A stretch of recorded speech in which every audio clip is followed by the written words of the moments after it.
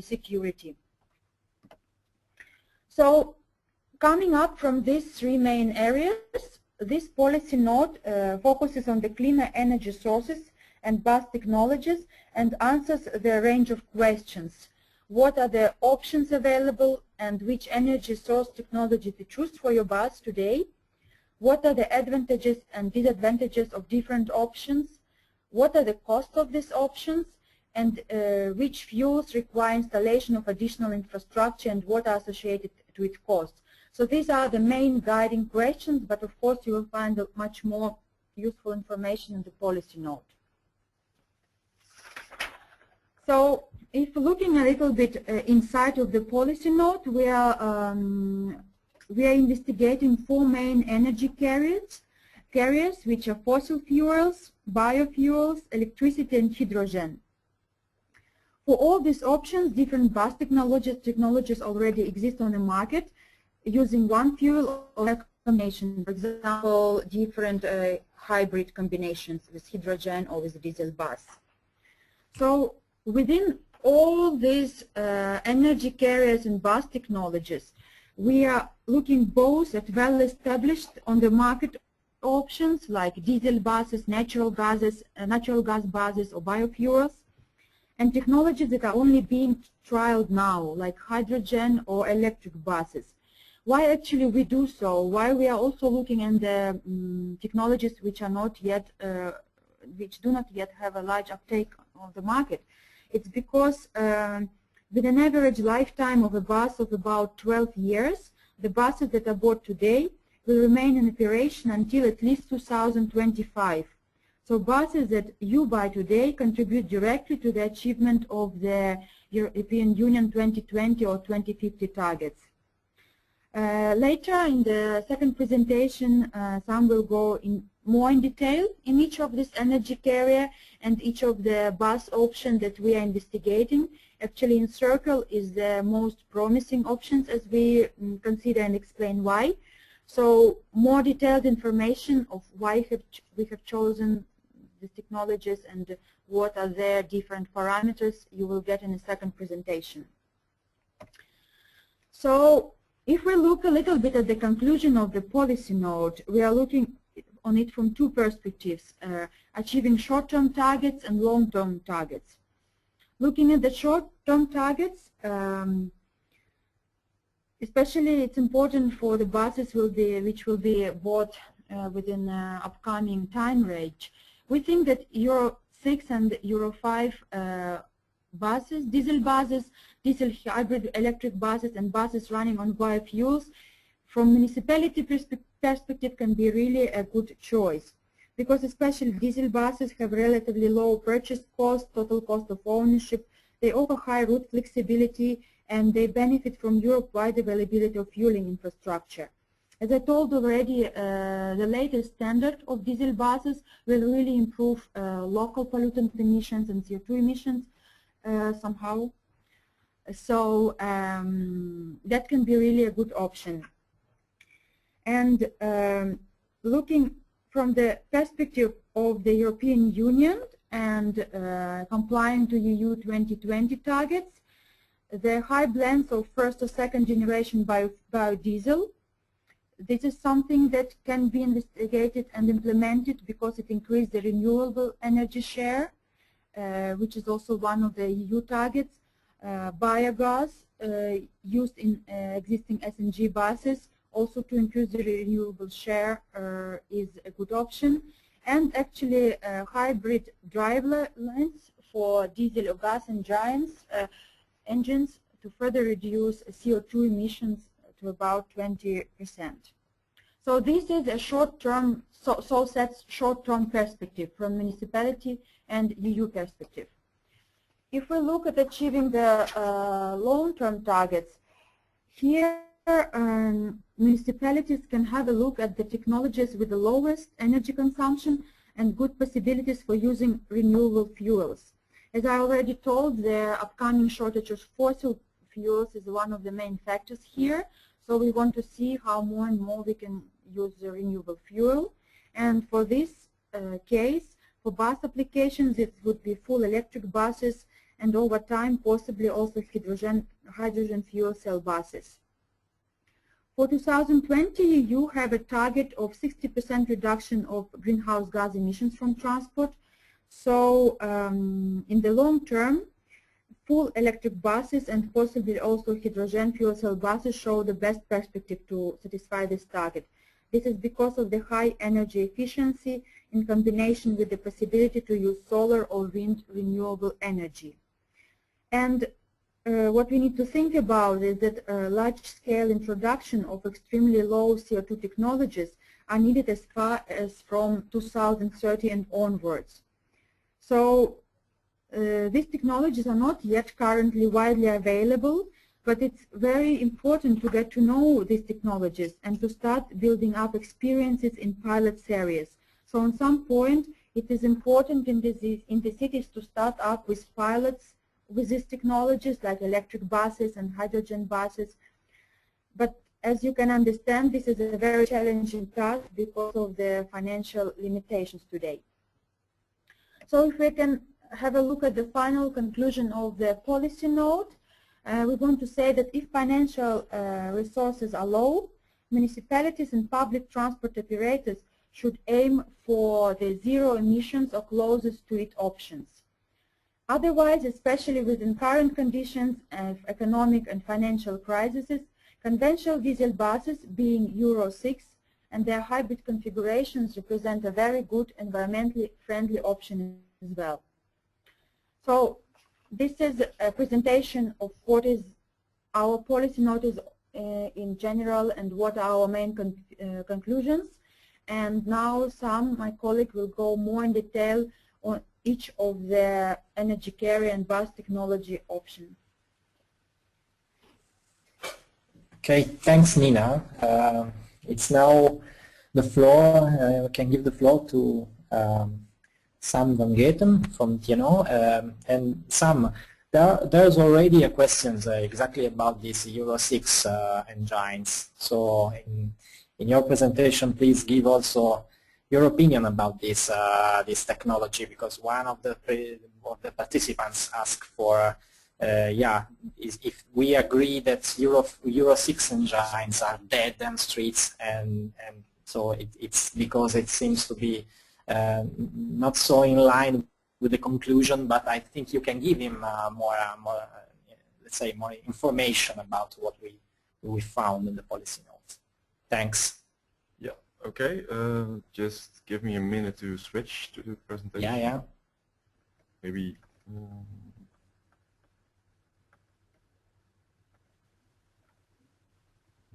can you just block my one moment? Mm-hmm.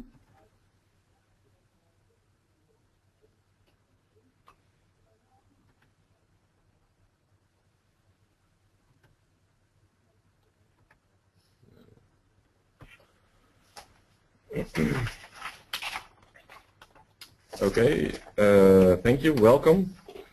My name is Son van Goeten and from TNO, and my presentation is about cleaner bus options for your municipality. Within the CIVITAS project, we identified that there is a lack of information about cleaner bus options that limit an eventual choice for cleaner bus options. So the goal of my presentation is to highlight the cleaner bus options from a technological point of view. And by doing this, we have gathered a lot of information that we have put in the slides and also put them in fact sheets that are available on the CIVITAS website.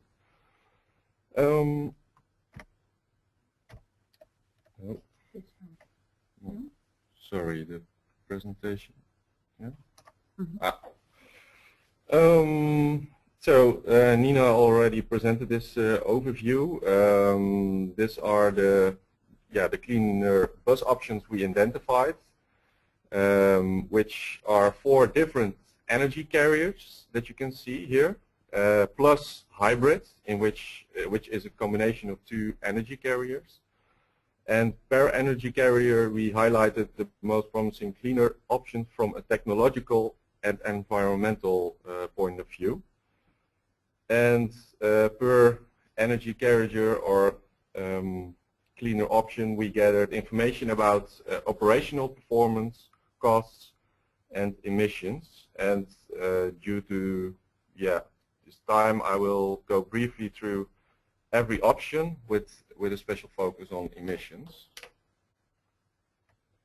So first of all, fossil fuels.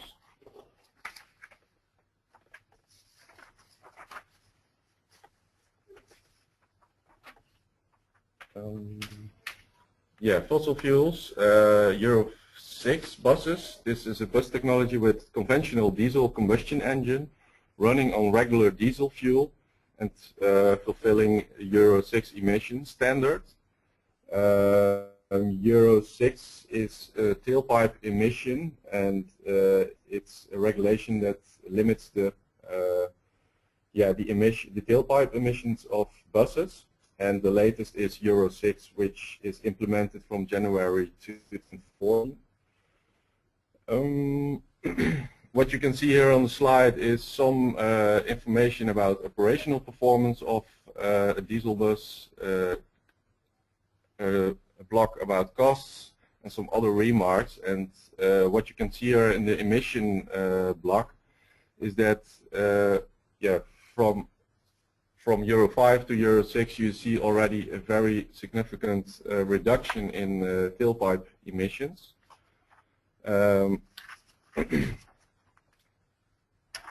And let's see, you see that the greenhouse gas emissions remain the same. And on the pollutants emissions, they form together with NOx, nitrogen oxide and dioxide, it's combined as NOx, and particulate matter, and those are the most important emissions which is used for local air quality, and this is affecting the health of citizens in a municipality. About costs, you will see it in the next slide, is that diesel fossil fuels are for now the most economical option, and there's a widespread of refilling stations, and it's also adaptable for the uses of biofuels. However, this is not fitting into the strategy of reducing greenhouse gases in the future. So then we go to the CNG buses. The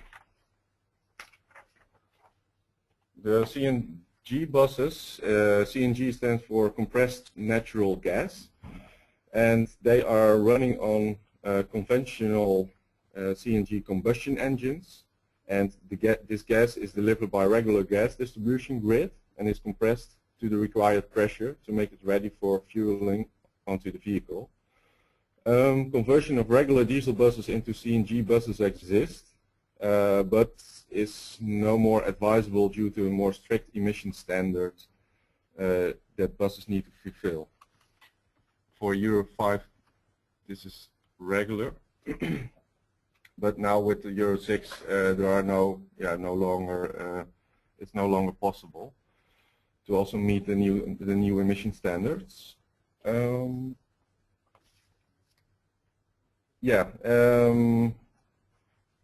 The NOx emissions for CNG buses are a bit higher than Euro 6 currently, and with the same greenhouse gas emissions, and the particulate matter emissions are less than Euro 5 buses, but almost equal, or slightly higher than Euro 6.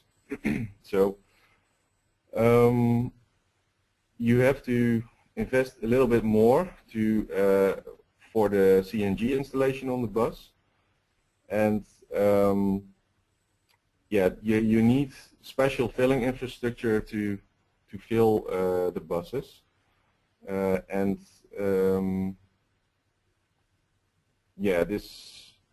this option you have with the high pressure storage systems on the bus, you have some safety concerns to take care of.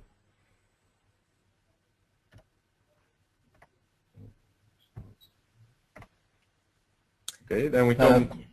Yes. Sorry, Sam. Yeah, it's just to animate a little bit the discussion. There's a questions concerning the total cost of ownership per kilometers, euro per kilometers. What is included into this this calculation? Yeah, I can answer this question. Actually, we inspired a lot from the recent McKinsey report and also TNO estimations. And in the total cost of ownership, we include purchase price, financing, running infrastructure, and emission costs. Okay, so including the emission costs. Yes, so purchase, financing, running, exploitation, running, infrastructure, and emission costs. Okay, fantastic. Okay. So Sam, please go further. Yeah. So the next energy carrier, biofuels.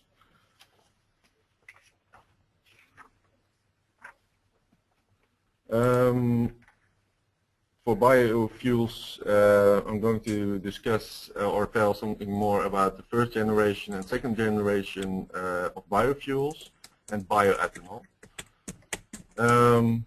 Biofuel, the FAME and HVO, which stands for FAME stands for fatty acid methyl ester, or FAME, and it's a so-called first generation biofuel. And this is a first generation because its production is a bit unsustainable for the usage of for sugarcane and other like vegetables. And the second generation, it's gained from more renewable sources. It's called HVO. It's hydrotreating vegetable oil, and it's made by treating vegetable oil or animal fat with hydrogen. And this bus technology, it uses biofuels to power the bus, and diesel buses are adjusted to use biofuels, and with each type and blend of biofuels you require a specific motor specification, and therefore it should be clear initial understanding of what kind of biofuel or biofuel blend will be used in a specific bus. It has a huge influence on emissions.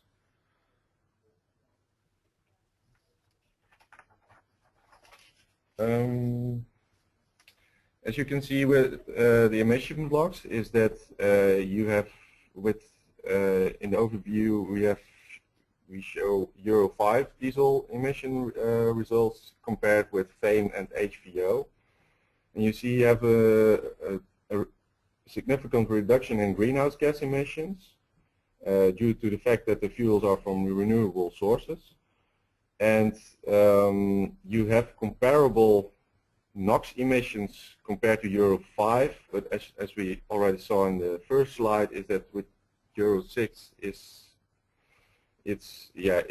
much higher than Euro 6, and on particular matter this is already even higher than Euro 6.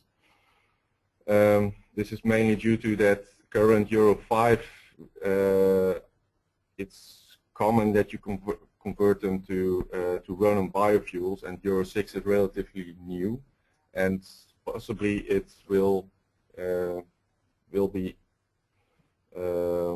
convert with Euro 6 versions.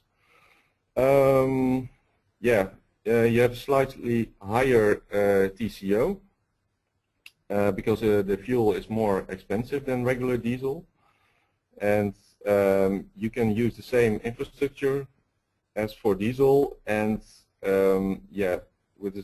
there's a small remark about that the level of emission can be influenced significant if you use different types of blends. So that's something to take care of. And a downside of biofuels is that there is a limited supply of these fuels. And already said it's not directly suitable for Euro 6, but the expectation is that this will happen in the future. Yep. So bioethanol, it has the same benefits as for FAME and HVO. That it has reduced greenhouse gas emissions because it's gained from renewable sources, and also, again with the other biofuels, there's actually now not a benefit in pollutant emissions with current Euro 6 level, and downside is that there's a limited current worldwide production of this bioethanol, and currently there's a limited choice of these buses. We go to electricity, and here I will discuss or tell more about electric buses and trolley buses. Well, electric bus, it's a bus that's driven by a purely electric motor powered by batteries which are charged with electricity. The vehicle has no other power source other than the battery, and two technological options are possible. An opportunity charged e-bus. It's aimed to minimize the weight of the battery by recharging on the route and at passenger stopping points. They have a medium battery capacity, typically between 40 and 60 kilowatt hours, and they need regular charging from the grid and at intermediate stops. The other technology option is overnight charged electric buses, and they carry the weight of a battery that is required to drive the complete or entire route during the day without recharging. They have a large battery capacity, typically more than 200 kilowatt hours compared to 40 to 60 of the other option, and they are charging the battery from the grid only at the depot.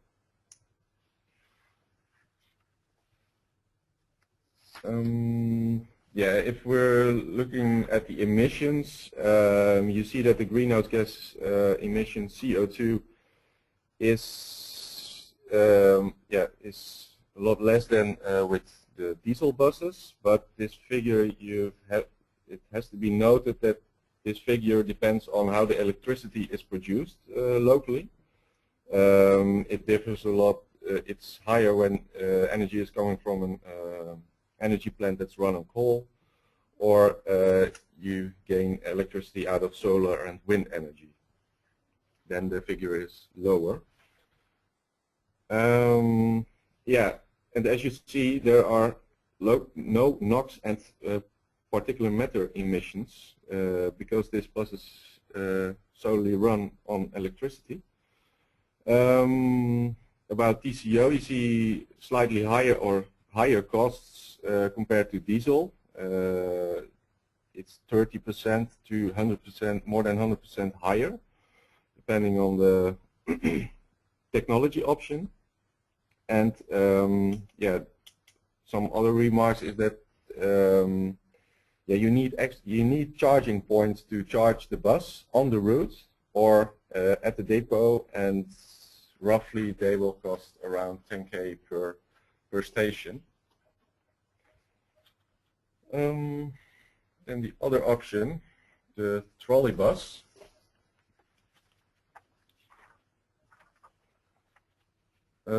Trolley bus is an electric powered rubber-tired bus with current collection either via overhead line or ground contact.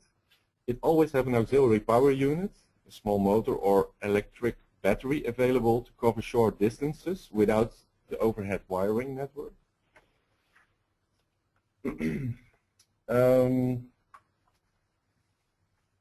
As you can see, the same emission figures as the electric bus. They have a slightly or comparable energy consumption, and the TCO of the bus is itself a bit lower than the battery electric bus, but you have to take into account that that you have to invest a lot on infrastructure of these trolley buses. But if you have already a tram or this kind of network, you have lower investment costs to extend this option, or to go for the trolley buses. And these costs are more double than conventional diesels. We go to the next energy carrier, hydrogen.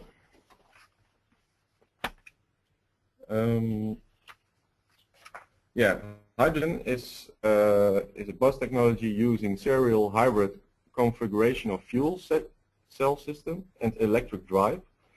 An electric battery is recharged while driving by recuperation, and the capacity of the battery is typically 20 kilowatt hours, and you have to use there's a hydrogen tank storage, which operates typically at pressures between 350 and 700 bar. And the benefit of the hydrogen bus is that you, compared to the electric bus and the trolley bus, is that you can tackle the route limitations which you may have due to the charging network. This is currently a very experimental energy carrier, or as you can see, the purchase price is very high, because there are currently only prototypes or small series available, and with high TCO currently. Downside currently is that there's a limited infrastructure present to fill the buses, and are very expensive, and the maintenance costs are quite high.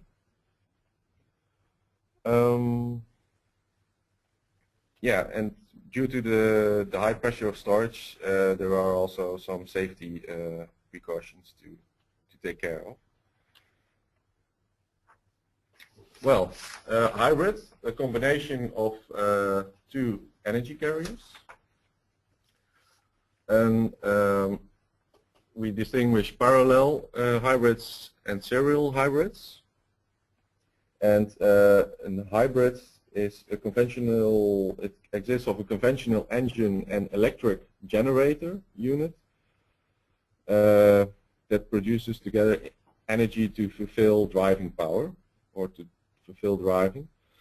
Full electric driver, you can fully drive electric for small distances, typically till less than 10 kilometers. And larger ranges are possible depending on the capacity of the battery. These hybrids have comparable performances of diesel buses, but they have the benefit that they use less energy to drive, and therefore the greenhouse gases are 20 to 30% lower than compared to diesel, and NOx and PM emissions are comparable to Euro 6, as these vehicles also have to comply to the new regulations. TCO, or the purchase price, is slightly higher, but due to the fact that they use less fuel, in time they can earn themselves, or they can be more economically beneficial. yeah, they make use of the regular diesel filling infrastructure. You can also imagine converting it to biodiesel hybrid bus. And the benefit for local air quality is that they can drive small distances electric. So imagine driving away from a bus stop. It can be done electrically. Yeah. So what we have done is put all the technologies into an overview and compare them with the different aspects that are relevant for a bus operation. And you can see in the overview here is that in green this represents a higher score, yellow is a medium score, and red is a low score. And for example, if you look at the electricity bus technologies, you see that they score high on renewable energy and energy security, but they score low on range because of the battery capacity, and also route flexibility. The score is less due to the network of a trolley and the charge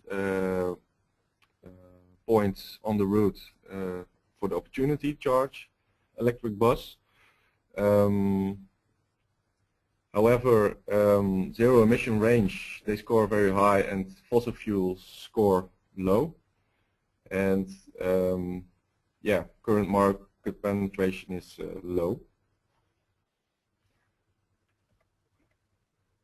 Another overview on emissions, in which you can compare the greenhouse gas emission, pollutant emissions, and noise emissions of the different technologies.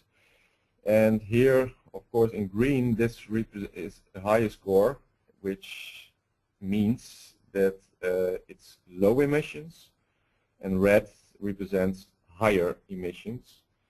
And as you can see, for example, with the electric buses, they score, they have low emissions compared to the fossil fuels.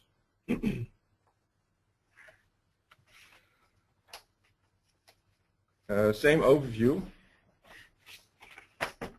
Very important, of course, for costs.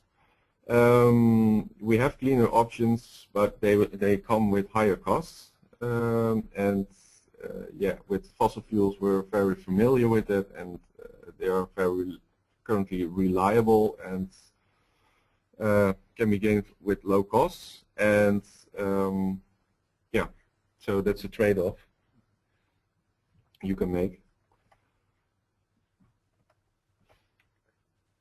Yep.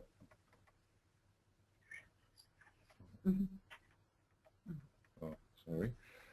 So now we'll come to the conclusions. Is that yeah, the diesel Euro 6 buses are currently the most economical buses, and as you already see, they come low in emissions. And are currently already a good opportunity to to change your fleet with the latest Euro 6 status. Natural gas buses are a bit more expensive, and currently the emission advantages are already diminished by the new Euro 6 buses.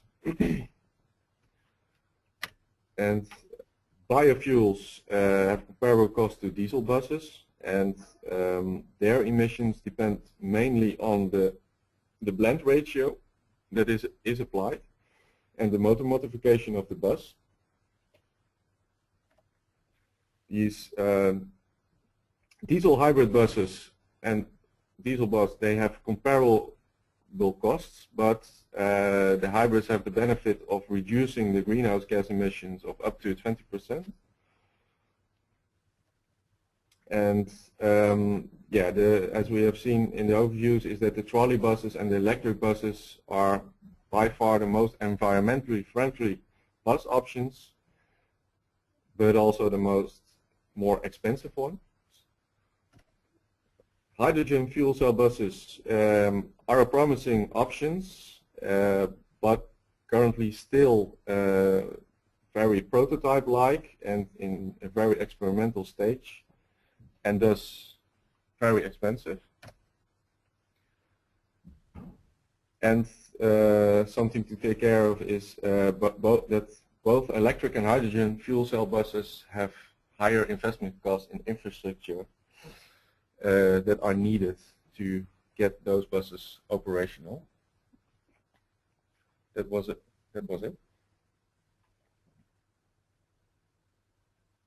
So we presented you now our overview of main energies and bus technologies, and yes, conclusion is that also if you have questions, very welcome. Okay, there are several questions. I think we can, yeah, also because of times I don't want to keep participants here for another hour, but I think that maybe Robert Stussy may want to make some questions directly to you. So I will now give the voice to Robert Stussy. So do I have the microphone open? Yeah, it's open. Ah, okay. Hello, everybody. Hello. Thank you for this very interesting comparison, especially that you calculate the total cost of ownership. I just had the question, does the total cost of ownership also include operating costs, that mean personal cost, the person, the driver, and all the support staff, or not? Well, and the other question. Cost of driver, sorry? Cost of driver? You say the total cost of ownership includes investment, investment cost, finance, transactions. Does it also include the operational cost, like the drivers and the personnel and so on, or not? No. Thanks for your question. In the TCO, it's not the driver costs are not included. It's mainly only the bus itself and maintenance of the bus. Maintenance, yes. Okay. This includes purchase, financing, and running and infrastructure and emission costs. So not driver. Because when you calculate the cost per kilometer, if it will be for public transport, we should also look at the cost per passenger kilometer, no? Because it depends very much how the bus is used and occupancy rate of the bus. But anyway, you have a good base for anybody to calculate these costs with your cost estimates. That's quite interesting. Then the second question was just, you say in the hybrid bus you save up to 20%, so you talk of hybrid buses with small batteries or even no batteries, not of future overnight charging hybrid buses which would have a much higher reduction, although with a higher cost, of course, because of the battery, right?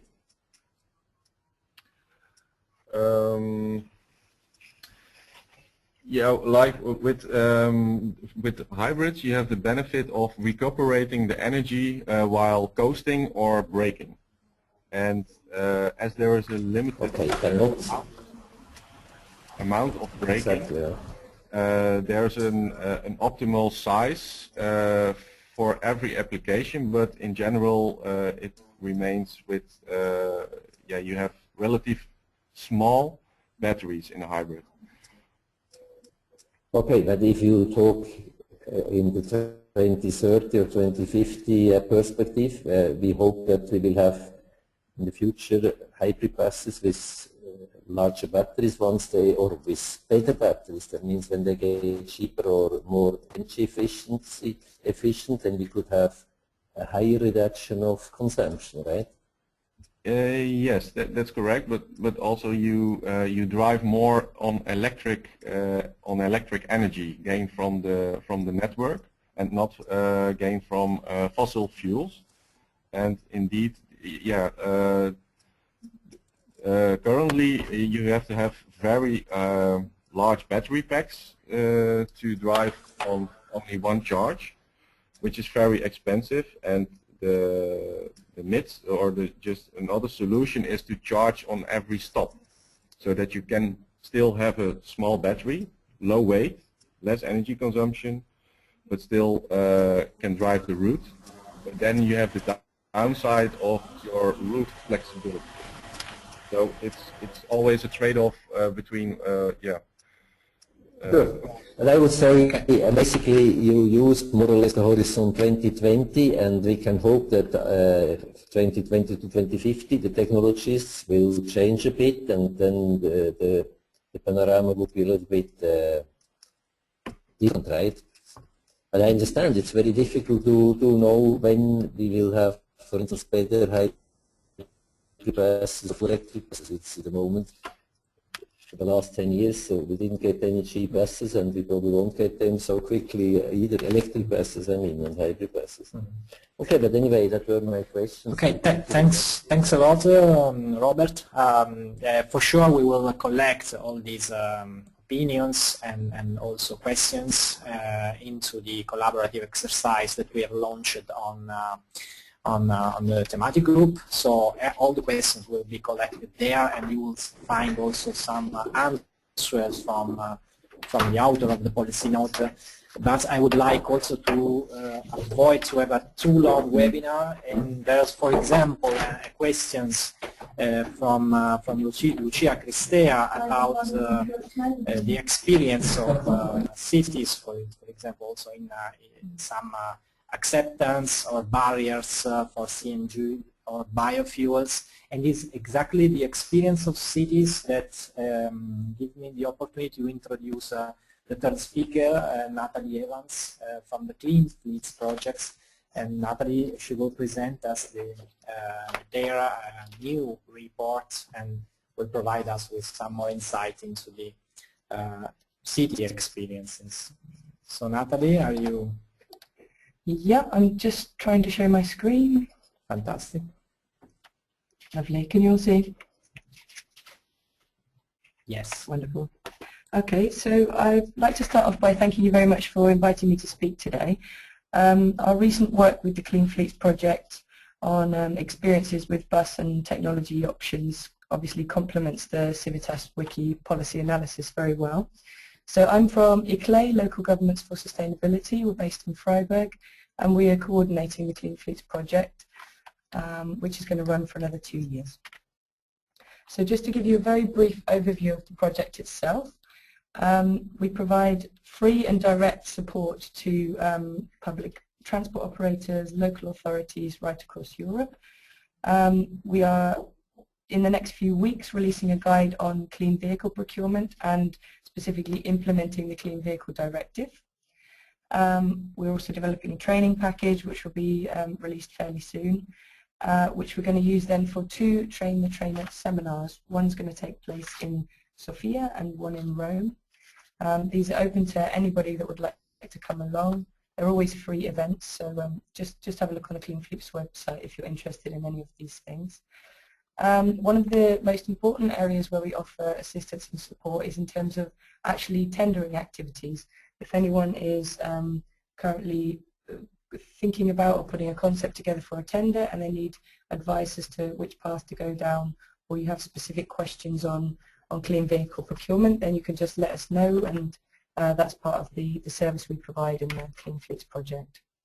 So in terms of promoting exchange amongst cities and public transport operators in Europe, we have a series of both European and national workshops. Our next one is coming up very soon in London on the 25th, 26th of March. Registrations are still open until the 10th of March, so there is that opportunity. Again, it's free to attend.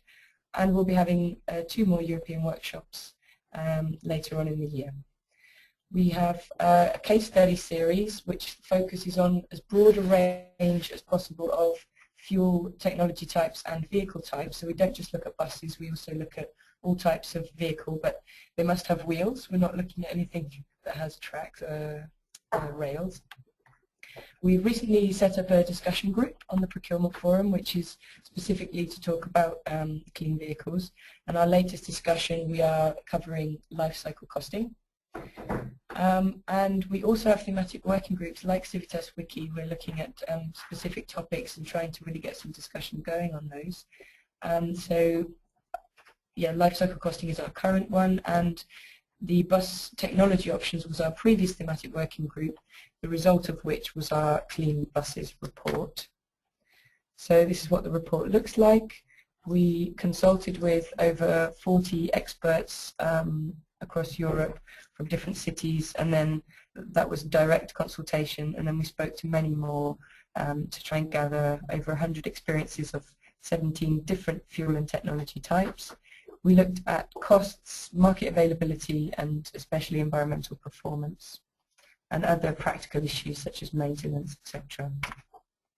So I'll take you through now the links between the CIVITAS Wiki policy analysis and these the Clean Fleets experiences. We found very strong linkages between the two studies. So I'm just going to go through how the Clean Fleets experiences can actually illustrate the points that Nina and Sam just spoke about. So in terms of the diesel Euro 6 buses, there are many authorities now planning the purchase of these buses, but there is little practical experience at the moment. Some cities who have considered alternative fuel or technology options in the past, for example Freiburg, have now actually decided upon going for Euro 6 due to the cost and due to the fact that the NOx and particulate matter emissions have improved so much compared to Euro 5. Some cities such as Graz in Austria are actually moving away from previously used alternative fuels such as biodiesel, because suppliers, as Sam mentioned, they're actually not able to meet the requirements of Euro 6.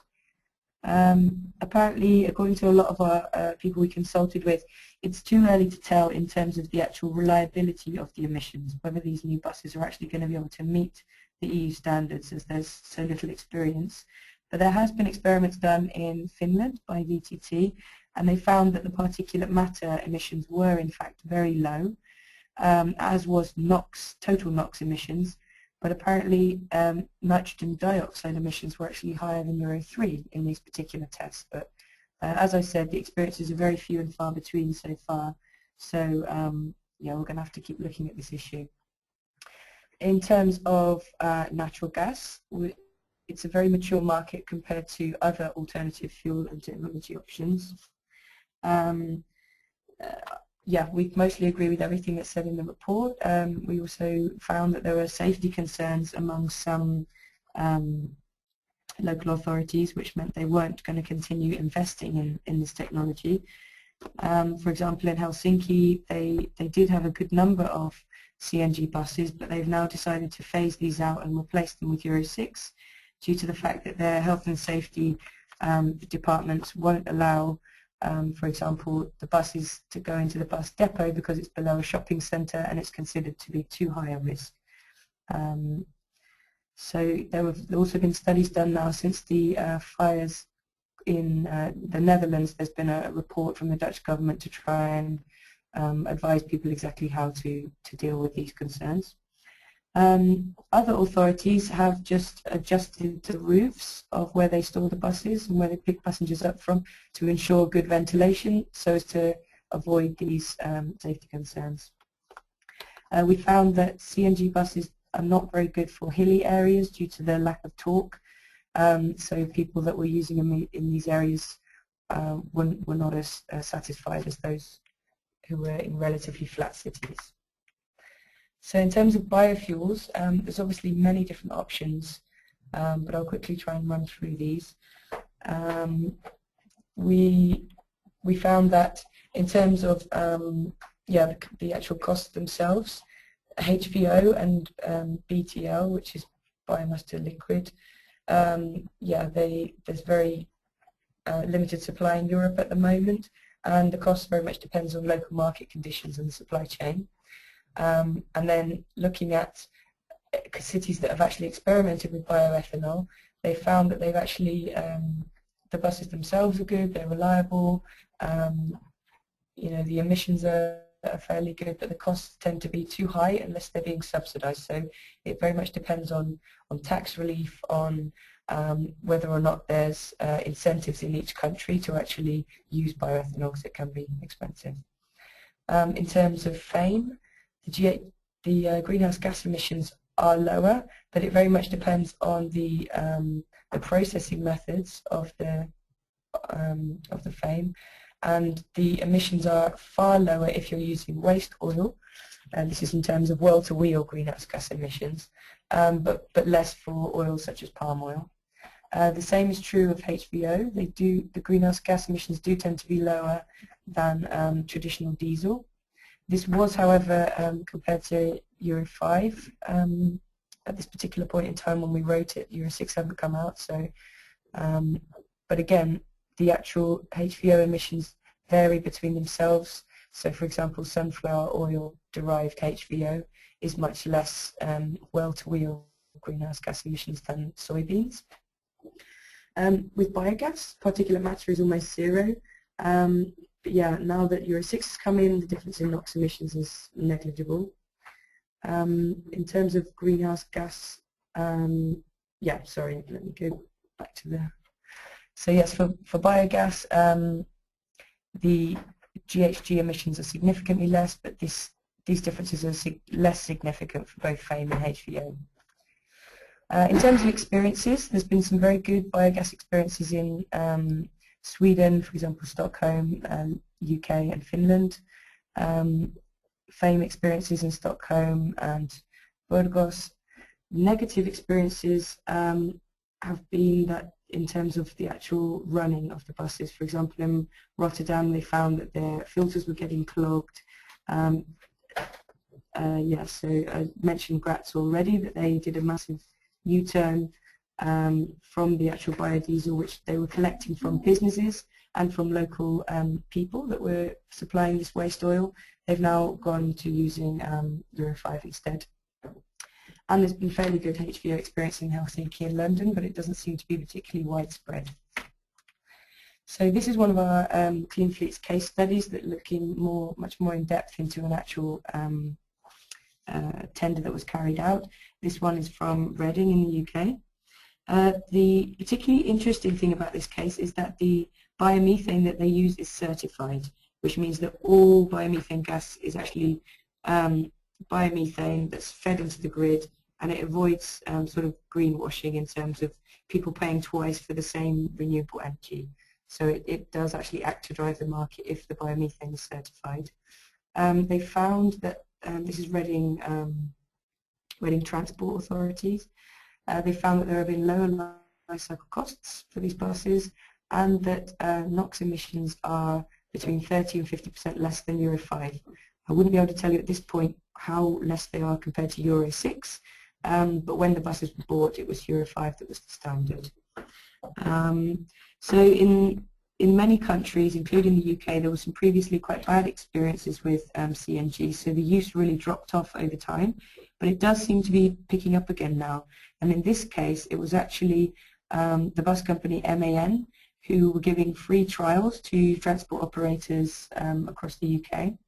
And so it was actually this active action by a bus company that went and allowed these free trials of their buses. When the procurement actually took place, the company didn't actually go with MAN, but it does show you that this kind of that suppliers also play a big role in this. It's not just the responsibility of the public authorities. The cost of infrastructure for this was around €70,000, I believe, for the charging for the refilling station to be installed at Reading. So now moving on to hybrids, we found that that fuel, or rather fuel consumption, can actually be up to 30% less for hybrids. And now these are very recent figures from London, Birmingham. It seems that even in just the last few years, these improvements have been made. And so, yeah, one of the advantages of hybrids, according to our the people that we consulted with, is that they're very handy for avoiding certain air quality hotspots. So in terms of particular areas where there's very high PM or NOx emissions, or for example noise pollution, then hybrids can be quite handy. Yeah, so it's a good medium-term option if you're thinking about the transition towards renewable energies. It does seem to be a good option at the moment. And also retrofitting is a realistic option. We've, for example, Barcelona Council, or Barcelona Transport Authority rather, have retrofitted 70 diesel buses to be hybrids now, which is maybe an option for those authorities who can't afford to buy outright new models. Retrofitting can be an option. So again, this is another one of our more in-depth looks at one particular case. The full PDFs can be found on the Clean Fleets website, so don't need to take notes for now. So the really special thing about this particular diesel hybrid bus is that London Transport for London have been working in such close, so closely with manufacturers over a long period of time. They've really kept abreast of this technology, and they've now sort of almost designed this from scratch rather than it being a retrofit type development. This has been designed from scratch as a hybrid bus, which I think is why it performs so well. So yeah, as I mentioned, it's up to 30% fuel consumption that they're saving, and just turn to the page. They've now got 650 hybrids in London's fleet. 113 of these are iconic new bus for London models, and they aim to have 1,700 hybrids in their fleet by 2016. Conversations with the Hybrid User Forum have shown that there's around 20% less fuel consumption in the 12-metre buses, around 22% less for double-deckers, but results for 18-metre buses are not so impressive. They're around 13% at the moment. So there does need to be some improvement, obviously, in that area. Moving on to full electric models. Yes, they are more expensive. We agree with that. In terms of trying to avoid costs and risks, especially, leasing batteries can be an option to try and reduce these risks. They tend to be a very high factor in the cost. We've had estimates that it costs around €100,000 for extra infrastructure, and some of our participants in this report have told us that it costs around $500,000 for a full electric bus. They're particularly good in hilly areas because of the torque, and obviously to try and tackle air quality issues. So extremely congested cities with big air quality issues can really benefit from these full electric models. Yeah, we found the same thing in terms of the driving range and the batteries and the need for charging, so it very much depends on whether you choose the opportunity or overnight charging.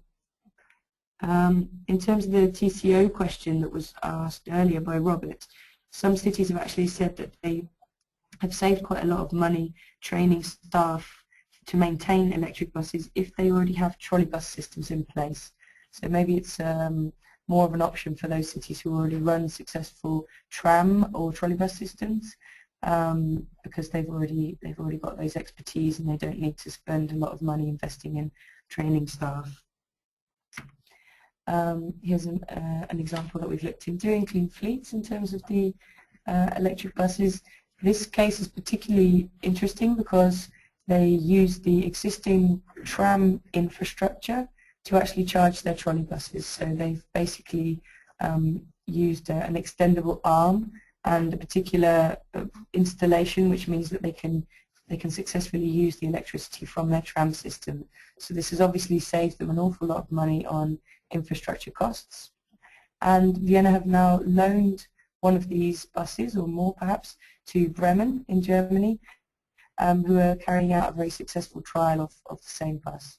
So that kind of, it demonstrates that cities sharing experiences and even sharing buses can really help each other identify appropriate options. So it's obviously electric buses have much higher cost implications, so trialing is really important for these. In terms of trolley buses, yes, they are one of the more expensive, but as Sam mentioned earlier, if you already have an existing infrastructure, they can be a viable option. We had cost estimates of around 1 million per extra kilometre.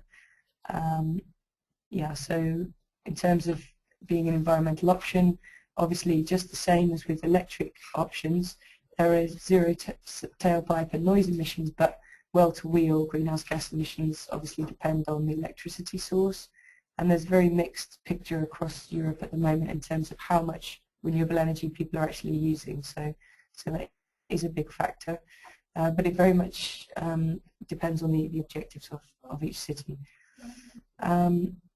So yes, so cities such as in Austria, Estonia, Poland and Switzerland, they're extending old networks and they're either replacing or retrofitting older models. And there are new hybrid models available, so hybrid trolley buses, which means that they allow more flexibility. So trolley buses that can actually leave the wires for a limited amount of time to try and avoid congestion and other issues. And there are trials of lithium batteries and supercapacitors, which are going to be spoken about in our next presentation today. And as was mentioned, hydrogen fuel cell buses are still in prototype stage, so it's difficult to draw any realistic conclusions in terms of experiences. But EU-funded projects really have helped this, inject some money and some, help drive the market in this area. There have been quite a number of cities that have trialled both full hydrogen and hybrid hydrogen buses with positive results. It seems that many haven't been able to carry on using the buses after the money has been already spent as part of the EU projects, and there are quite a few now sitting in museums across Europe. But yeah, I think as with any technology, the more people trial it out, the more purchasing there is, the lower the cost will be. But it's still some way off, and for quite forward-thinking authorities at the moment. So in terms of the conclusions for the presentation, obviously I've really whizzed through those examples, but the bus report is now available online at the Clean Fleets website, so if you do want to have a look at it in comparison to the policy analysis by CIVITAS, then each example or experience is about a paragraph long, and then there's obviously full case studies on the website as well that really help people to try and replicate the good practice from other European cities. So both of these publications that we've presented today demonstrate that there's an increasingly wide range of viable bus options for all types of cities, each with strengths and weaknesses in terms of environmental performance, cost, etc. And choice will very much depend on a number of factors. So in terms of financial capacity of the city in question or the municipality, those with fewer resources may consider the retrofitting option. And then, yeah, it depends whether or not total cost of ownership is taken into account as part of the purchasing decision. It may seem quite an obvious thing that it would be taken into account, but we found quite a lot that these things are not taken into account, and it's more cost of actual acquisition that is the main factor. Prioritization of air pollution and greenhouse gas emissions. It depends on each authority whether they have an overarching policy or reduction and CO2 reduction target of their own, whether or not greenhouse gas emissions are one of the driving factors.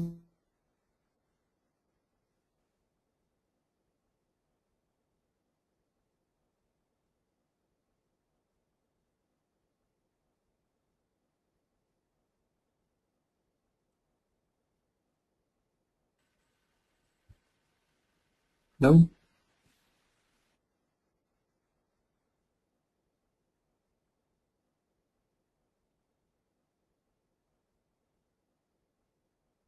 In terms of electric charging stations will make a difference. We've seen that topography can really affect purchasing choice. So for hilly areas, CNG is not an option, whereas hybrids with the recuperative braking and electric models are much better in those areas. And climatic factors can affect fuel consumption. For example, in very cold areas, fuel consumption is often much higher than with other cities. So that it's often better to trial buses in those extreme situations to look at performance. And then in terms of fleet management and replacement strategies, there have been many discussions about this, whether it's actually better to replace a greater quantity of old buses with sort of intermediate environmental options, so maybe EEV or Euro 6 buses, rather than just one or two with a really high-performing electric hydrogen bus. But I would say that those authorities who are in the position to be able to actually go out and buy these newer options, the electric buses, the hydrogen buses, or even the hybrids, are sort of in a position to really help drive the market to try and trial these buses, see what they're like, and really share their experiences with other authorities across Europe. I would say that was the main sort of responsibility almost of cities that have that capacity. So yeah, that's all I wanted to say today. But again, please do have a look at the Clean Fleets website if you want to either seek assistance with your tenders or have a look at our case studies or other publications that we've both already published and that we have coming up. And the discussion group that we've got is on the procurement forum. Yeah, please just request an invite from us, and we will help you join in that discussion and share experiences with you. Thanks very much. Thanks a lot, Natalie. It was very interesting. I think that more or less you also answered to some of the questions that arises during the, especially in the chat room. It seems that, for example, the results for biofuels that you have calculated, or in any case where figures were maybe taken directly from city experience, are more encouraging also than the, let's say, the estimates we did in the policy notes. And there's a very interesting example in London. So and I know you have one of the next training will be held there. So yes. I also think that it's good to include and to consider that we launched a sort of collaborative interaction on the thematic group collective passenger transport, where it's possible to find and to go further with the discussion about all these, let's say, technology options, and also to answer to some of the, to all the different questions that are on here in the chat room. It's maybe becoming too late for answering to all the questions, and most of them are related to methodological aspects, how we calculate certain parameter or certain emissions, if emissions are related to a certain amount. So it depends. It's now maybe better to end up the presentation, but to all the participants, all your questions will be stored in the CIVITAS website, and you will receive after the webinar a web link where you can follow and find all the materials. Okay, so I would like to introduce now the next speaker, because we will go more in detail in one of these technological options. Is the case of Gdynia, and Mrs.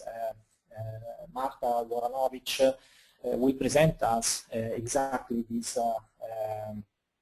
Lion battery hybrid trolley buses and supercapacitors, and we will see also more in detail what CIVITAS is doing in this edition, and the demonstration comes exactly from one of the cities that is part of the CIVITAS Dynamo collaborative project. So Marta, thanks a lot, Natalie, for your kind collaboration and for your presentation. And I don't know if Marta is already online, can hear me. Marta, let me see if she can hear us, because we are seeing that she's online but maybe muted with I don't know, Andrea is, I don't know, from Innova, if you can help. and support us with this. Yeah, I'm trying to unmute Marta. Just a second. That's probably there's some slight problem. She's maybe trying to connect again to the webinar. Okay, we are live seeing what is happening on her screen. So let's wait for her to be ready. I don't know, Marta, if you can hear us.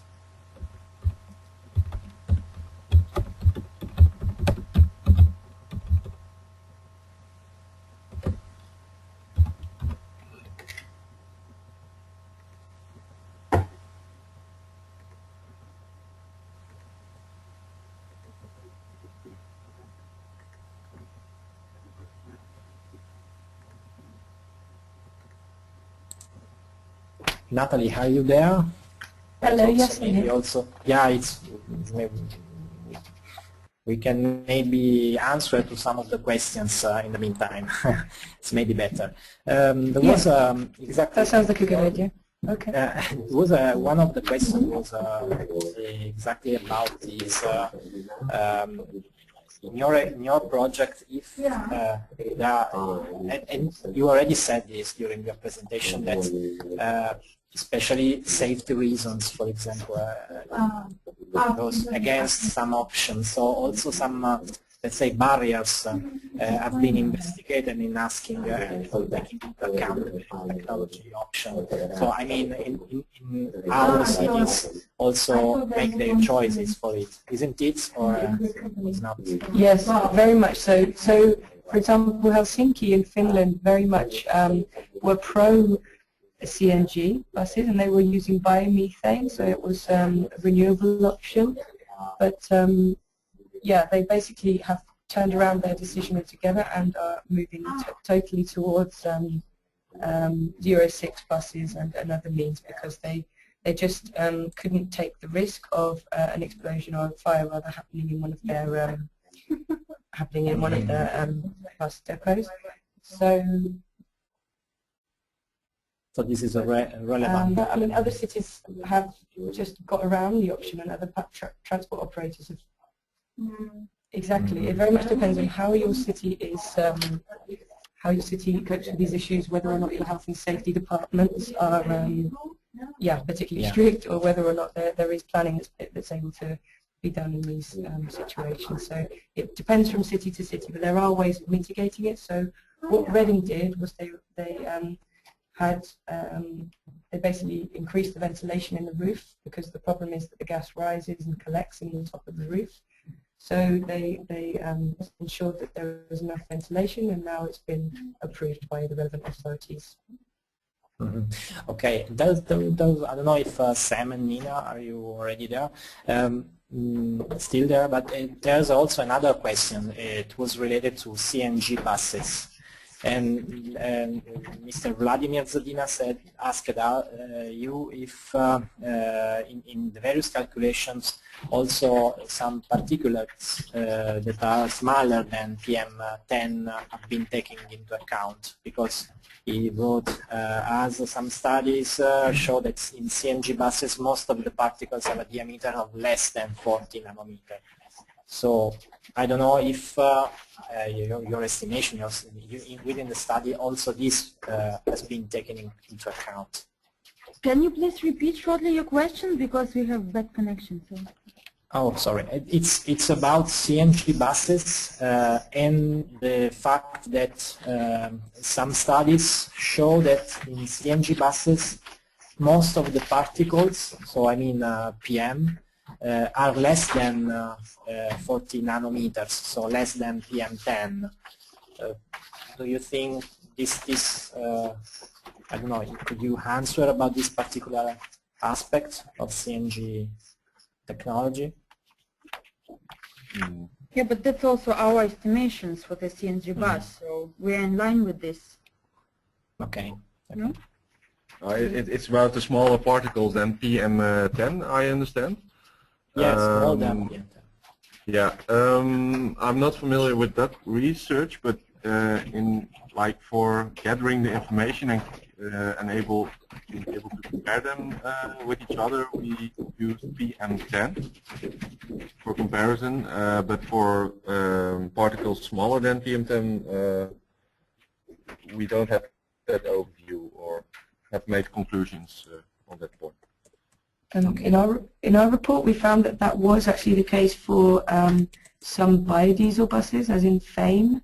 It seems that the tailpipe emissions of PM10 can be significantly lower than traditional diesel, but PM2.5, for example, as well as NOx, can actually be higher than talking about compared to Euro 5 diesel now. So, but we didn't find that for CNG. But again, ours is just a collection of different cases. It's not an exhaustive study, so I mean it may be the case, but obviously that is an important factor, and especially in terms of respiratory ailments and quality, air quality. Mm-hmm. And there was also another quite interesting question. It's about the possibility to include into the evaluation, let's say, the cost of the risk of a certain technology to be developed. For example, one of the participants asked and put the example of Toronto. They had significant problems with their first hybrid bus fleet in 2008 because of many failures in batteries. So it's clear that when we consider the total cost of ownership also for the most promising, let's say, technologies, we can consider somehow technologies that are enough mature. But if we are talking also about some options that are still under development, like the example that was some years ago about the hybrid, but can be of other options, is there a possibility to include or to take into account also the impact of such say risk costs, in your opinion? Is the question to me? Well, to you, to Natalie, yes. Yeah. To you. Yeah, I can tell something about it because, like for instance, there's a demonstration project in Amsterdam with hydrogen buses, and the risks are very high with these hydrogen buses. But the municipality of Amsterdam, they kind of know that this is most likely that the cost will increase and that vehicles may break down. But you have to take into account the maturity of the technologies, and with hybrids it's a lot higher than with hydrogen buses, but exact figures is difficult.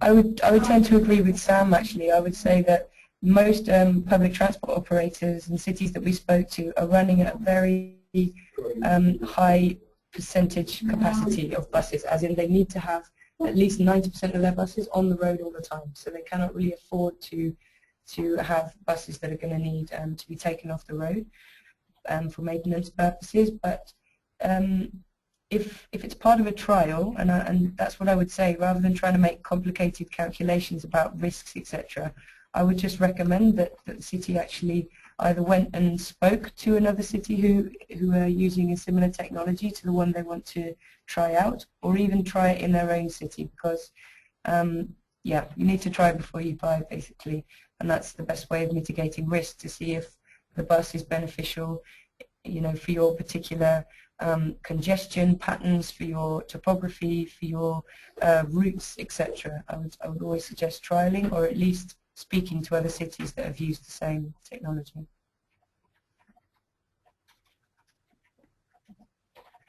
Okay.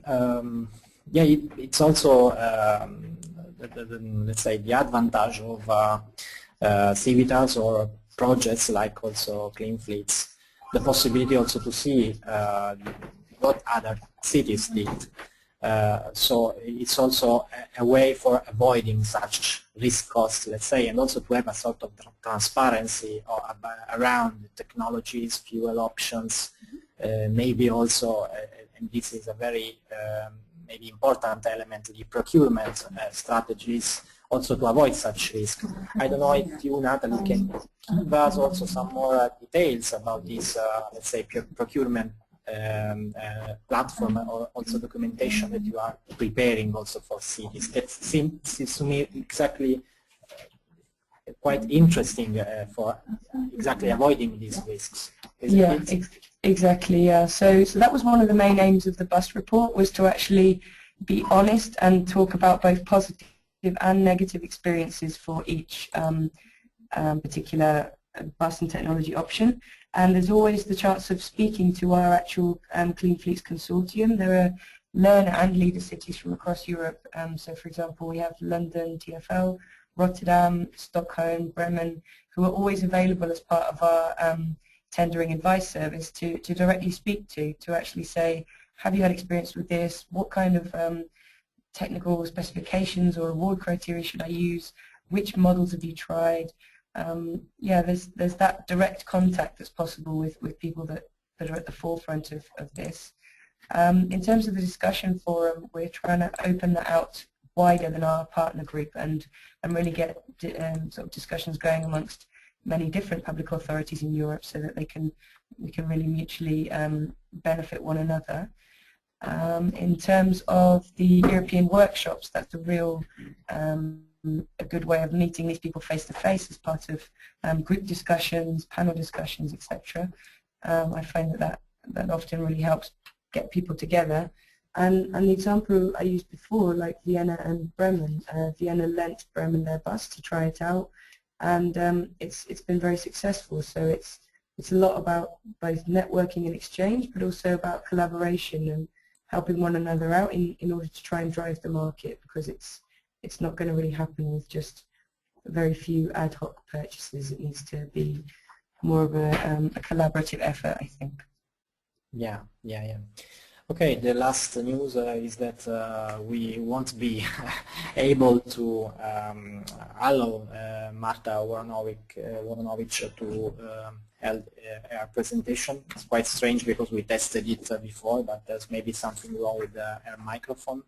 It's also quite maybe late for all of you that have attended and are still with us here on the webinar. So what I suggest is that we will maybe try to make a recording of the last presentation, and then we will make, in any case, available also this, let's say, video and audio support also to the experience of Gdynia, because there's, in this case, there's not there's any report to support your understanding of what they are trying to do in Gdynia, especially with the trolley buses. So I think that we also collected a lot of questions. We will try, in any case, to collect them and to organize these questions into the collaborative interaction. I warmly invite you also to join thematic groups. It's open, and I've seen that many professionals that took part in this webinar, so it could be interesting to go further, to use also. Oh, Cosimo, I'm unmuted finally. So we found Hello. We found a way. I just saw the icon. I'm unmuted finally. You're welcome, everybody. Okay, this is a last-minute chance for you. So okay, Marta. So let's start if you can, because it's become quite late. But exactly. We have done 2 tests. I really don't know what has happened, but finally we're here. Yeah, that's good. So the floor is yours. Yes, the floor is mine. Thank you very much, Cosimo. Thank you, everybody, for your patience. I'm going to talk about Gdynia's experience in CIVITAS Dynamo project. I'm the manager of this project, and we do exactly 2 measures. The lithium battery hybrid trolley buses, hybrid meaning combination of the battery and the power source from the electric traction network, in this meaning of course, and we are going to install a supercapacitor. Briefly about Civitas Dynamo, realized we did the Civitas 2+ initiative, of course co-financed from the 7th Framework Program. There are 28 partners from 4 cities, 2 leading cities, Aachen and Gdynia, and 2 learning cities, Kopernica and Palma de Mallorca. The main project objectives are to develop innovative transport systems and services in these cities, introduce or reinforce already existing ecological means of transport in the cities, engage the citizens in sustainable mobility planning process, and of course cooperate with each other, mainly by experience exchange between the cities. As for Gdynia, just to give you a brief overview, we are at a city of 250 inhabitants, 400 kilometers of roads, and more than half of it public transport routes. The motorization rate, as you see, is quite high, 450 cars every 1,000 inhabitants, but the transport modes market share is 50-50, and we see a rising trend. That's what's an advantage. What's a plus of our city? 77% of all Gdynia inhabitants live within a 5-minute walk from a bus or a trolley bus stop, so that's not that bad. And as for trolley buses, we constitute 25% of the whole public transport, and we are aiming to get more, especially counting on these new lithium batteries, as we would like to extend our traction network to extend our routes without the traction network. At the moment, we run 87 trolley buses, 5 million vehicle kilometers a year. We have 12-day lines, 90 kilometers of the traction network, and we are supplied power by 10 substations. So we are quite a considerable company. Just to add, in Poland there are 3 cities that possess trolley buses. There is Tychy in the south and Lublin in the east of Poland, and we are quite comparable in size to Lublin. As for our objectives, as I mentioned, we are going to install in 2-use diesel buses. We are going to convert 2-use diesel buses into trolley buses and install a new power source, alternative power source, a new type of battery from the lithium batteries family, lithium iron phosphate battery. In the beginning of the project, it was to be a lithium ion battery. However, as the previous speakers have mentioned, the technology is developing so fast that we, after the thorough research, we decided to implement this kind of the battery because of this of its capacity, and actually also for safety reasons. We are going to, with these new batteries, we are going to choose a new line that would be regularly serviced by these 2 buses, trolley buses, and we would like to extend the route of traction for 15 kilometers. So the trolley bus would run solely on the batteries as their main power source. We would like to test it, and in the future we do hope to replace the regular bus lines with the trolley bus lines, thanks to this availability. Yeah? So thanks to these batteries, we will of course enhance the reliability of the trolley bus transport as well. So far we had the nickel cadmium batteries that could be used in case of emergency. However, they are only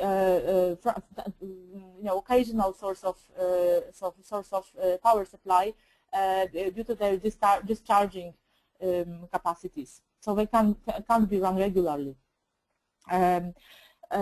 Just to say briefly, in the beginning of the project, we were to install a smaller size of the battery so that we could make more space, because the lithium iron phosphate batteries are smaller in size. However, we are just now considering these 2 last points, because perhaps it would be better to put a battery of the same size but of even greater capacity that would allow us for running even longer. So the last 2 points, we are hesitating if we should try to have the lower rate of the vehicle, or maybe we should go further. So at the moment we have already converted to trolley buses. You can see in the pictures, you can see our depot. They're awaiting for the installation of this new type of batteries. We published a tender on the purchase, and there were not that many answers from the market, and we are going to publish one more. We have some actually signs from the market, but the time of production of this battery would probably take about 1 year. So we actually expect that the regular running of these new trolley buses will start maybe in September 2015. Just to say briefly that we always welcome visitors to Gdynia to see the results of our work. Every year we hold a celebration of the on the 22nd of September. We hold a celebration of the European Trolley Bus Day, and there are always some visits or conferences organized at our depot and our place. And this year we also submitted a proposal to host a CIVITAS study tour to show our measures. Here in this photo you can see already used nickel-cadmium battery, which is about 800 kilos. Yeah, and as I mentioned, perhaps we will order a battery, a new type of battery of the same weight, but allowing us to run much longer distances. Yeah. Here we have got the comparison of the two types of batteries. So what's especially worth highlighting is the battery capacity. Yes, and of course the average charging power is also there is a considerable difference. Yeah. What needs to be said about the nickel-cadmium battery is that it can be discharged to the maximum level. This is the battery that works and lives the longest when it's discharged up to 30%. The lithium battery can be discharged to a maximum, and that's what we would need when we want to run the lines regularly.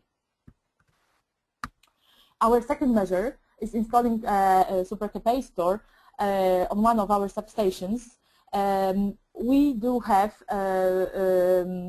more than 50% of trolley buses that are equipped with regenerative braking that the previous speakers mentioned, and that's why we are able to use this device in order to recover and store the braking energy. Of course, the aim is to enhance the energy efficiency of trolley buses, and we expect with the installation of the supercapacitor, we expect a 20% regain of the energy. Yeah, so the status of this task is that we have already tendered, and we signed the contract with a Polish company who is producing this supercapacitor, and it's going to be installed in March, this March. The supercapacitor, our supercapacitor is going to be installed both in, so it's going to, the device is going to be divided. It's going to be installed both inside the substation, and one part is going to be installed outside. This one, the one that you can see in the picture, is just the one that's inside the substation. It's just an example. As for the choice of the location for the supercapacitor installation, of course, we chose the hilly area.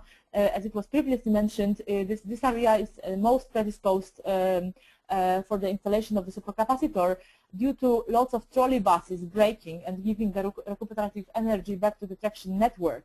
And so in this place, this energy would be most cost effective, and we can regain the greatest share of it. supercapacitor will simply catch this energy and store it for later use for trolley buses that are going to start.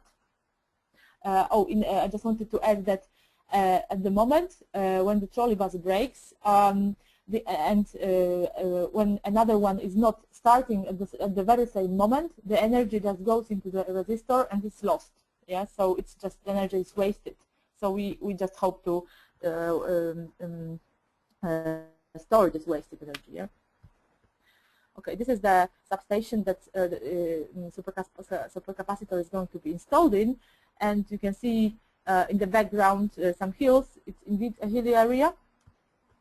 Okay, and I just try to, sorry for being so fast, but I try to make up for this time we lost on this technical breakdown. So if you have any questions, I'm open to answers. Thank you very much once again. Yeah, it was perfect, your presentation, Marta. Thanks a lot. And also thanks for your presence, because for us it's extremely important to have real practitioners, so not only consultants, not only those who have released a study or were running or carrying out projects, but exactly to listen from these real on-the-ground experiences. And what you are doing within CIVITAS is something that seems that comes also from the other projects like the project Trolley that you mentioned. So it's important because also some information like the cost of acquisition for a new battery, for example, or some other experiences that you are doing. I'm also thinking about procurement text. So it's extremely important also to share all this experience, and CIVITAS exactly this one, as this objective of being a sort of living laboratory. So you have, I know you are already one of the members in the thematic group, and yes, we will try also to contact the participants and to inform them on how to join the group. And I think that we can, in any case, have your reference and your presentation, but also the presentations and reference of Nina Serova, Sam van Goeten, and Natalie Evans available for everybody, and also you available for answering to some other questions.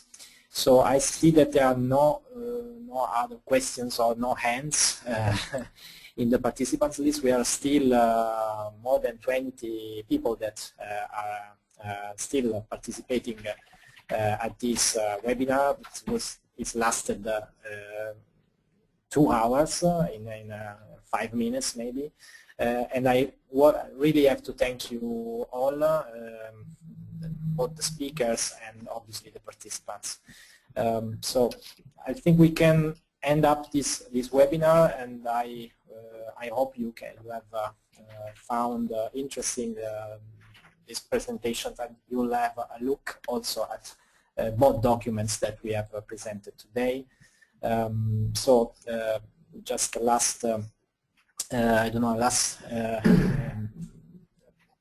word from you, from your side, to I don't know if you want just to add something to.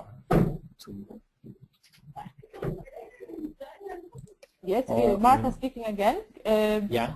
I just wanted to thank Natalie and all the other speakers before me to comparing all types of modes of public transport, and from the perspective of the trolley bus operator, I just wanted to say that it doesn't look that bad, because it appears that in Europe many cities do have old infrastructure that could be revived with some funding. For example, we got many visits from the Polish cities that used to have infrastructure, and in the past years they just closed it down, and now they regret it. And also from Europe, for example, in Bulgaria, it seems that there are many there's not much old infrastructure, trolleybus infrastructure that could be revived. Yeah? And new batteries give us especially new chance to go off the traction. So we have got this ambitious plan develop our routes thanks to these new batteries. And of course, it's much cheaper than the tram. So I saw this comparative analysis. However, what I can say that I think this is also the vehicle of the future. Yeah, and we have also seen that the infrastructure for a tram line, but the image also for a trolley is useful also for some electric buses. I don't know if you, Natalie, and Sam, Nina would like just to say something. Yeah, we would like, Nina and Sam here, we would like actually to thank everybody for taking part and for asking questions. We would take care of answering what is in our knowledge, and also to thank you, Cosimo, for organizing this webinar in this efficient way. Okay. Okay. Yeah. Thanks. Same from me. I really appreciate the opportunity to speak today, and just hope that we'll be able to collaborate successfully in the future and share experiences and ideas. And yeah. Okay. So thank you very much. Thanks a lot also to you. So the webinar, I think the webinar is closed now, and yeah. So thank you very much for your attention, and bye. Bye-bye to everybody.